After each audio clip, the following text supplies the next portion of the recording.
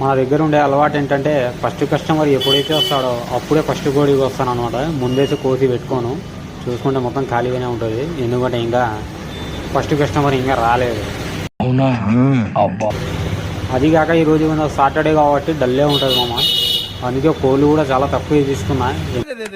పెద్ద సమస్య వచ్చి పడిందే, ఇప్పుడు ఏం చేద్దాం? ఇంకా నా వల్ల కాదనేసి ఎదురుగా ఉండే టిఫిన్ హోటల్ ఉంది, దోశ చాలా బాగుంటుంది, వెళ్ళేసి దోశ ఆర్డర్ పెట్టేశాను. అవ్వది ఇచ్చింది.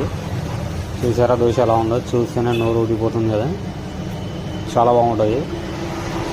ఇంకా మన వల్ల కాదు బాబాయ్, ఫస్ట్ తినేయాలి.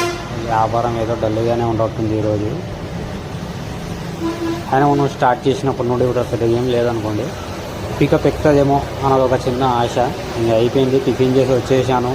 మళ్ళా రిపీట్ ఏంటంటే అదే కస్టమర్ల కోసం వెయిటింగ్, అంతే. అటు చూడడం ఇటు చూడడం. కాలేజీలో పోయే టైంలో అమ్మాయిల కోసం కూడా ఇంతలా వెయిట్ చేయలేదు బాబాయ్, కానీ ఫస్ట్ టైం కస్టమర్స్ కోసం వెయిట్ చేస్తున్నా. అదే మ్యాజిక్.